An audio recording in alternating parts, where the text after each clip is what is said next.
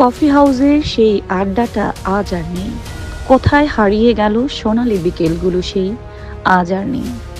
Tiger cricket যেন মান্নাদের সেই coffee house. Shakib new ইয়র্কে, তামিম কমেন্ট্রি বক্সে, রিয়াদ মুশফিক টুকটাক, মাশরাফির খোঁজ কোথাও নেই। পঞ্চপাণ্ডব ছাড়া বাংলার ক্রিকেটে সোনালি বিকেলের আক্ষেপ। একসাথে উচ্ছ্বাসে ভাষা, একসাথে কাঁদা। ওয়েস্ট ইন্ডিজের অ্যান্টিগায় সিরিজের প্রথম টেস্টে মাঠে নামছে নতুন এক বাংলাদেশ। মেহেদী হাসান মিরাজের নেতৃত্বে ১১ জনের সেই দলে পঞ্চপাণ্ডবের কেউ নেই। বাংলাদেশে গত ১৮ বছরের ক্রিকেটে এটাই প্রথম। ২০০১ সালে নভেম্বরে মাশরাফির টেস্ট অভিষেকের মধ্য দিয়ে শুরু হয় বাংলাদেশের ক্রিকেটে পঞ্চপাণ্ডব অধ্যায়ের। ২০০৫ সালের মে মাসে ক্রিকেট তীর্থ লর্ডস ইংল্যান্ডের সাথে অভিষেক ঘটে মুশফিকুর রহিমের।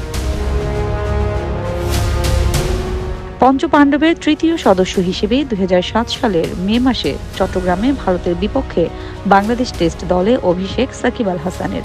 ২০০৮ সালের জানুয়ারি মাসে ডানেডিনে নিউজিল্যান্ডের সঙ্গে পঞ্চপাণ্ডবের চতুর্থ সদস্য হিসেবে তামিম ইকবাল এবং ২০০৯ সালের জুলাইতে কিংস্টাউনে ওয়েস্ট ইন্ডিজের বিপক্ষে টেস্ট অভিষেক হয় মাহমুদুল্লাহ রিয়াদের।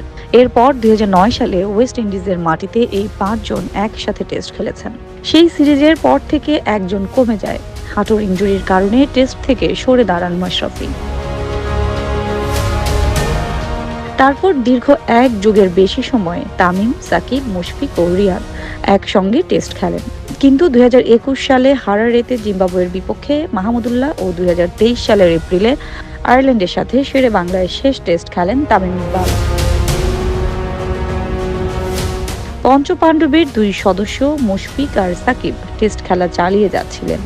মাঝে মধ্যে সাকিব কিছু সিরিজ বা টেস্ট হয়তো খেলেননি, তবে মুশফিক প্রায় বিরামহীনভাবে চালিয়ে গেছেন। কিন্তু এবার ইনজুরির কারণে ওয়েস্ট ইন্ডিজে যেতে পারেননি মিস্টার ডিপেন্ডেবল। আর নিরাপত্তাজনিত কারণে দক্ষিণ আফ্রিকার বিপক্ষে ঘরের মাঠে সিরিজ মিস করা সাকিবও নেই।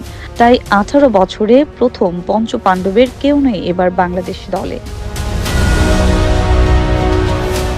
সাকিব মুশফিকবিহীন বাংলাদেশের নেতৃত্বে এসেছে পরিবর্তন। নিয়মিত অধিনায়ক নাজমুল হোসেন শান্তর চোটের কারণে অধিনায়ক করা হয়েছে মেহেদী হাসান মিরাজকে। ওয়েস্ট ইন্ডিজের সাথে ক্যারিবীয় দ্বীপপুঞ্জে বাংলাদেশের সাথে মিশ্র স্মৃতি। ৫ দিন লড়াই করে টেস্ট জয়ের কৃতিত্ব যেমন আছে, টেস্টে সবচেয়ে কম রানে অল আউট হওয়ার লজ্জাটাও এই ওয়েস্ট ইন্ডিজের মাটিতে, অ্যান্টিগার ভিভিয়ান রিচার্ড স্টেডিয়ামে।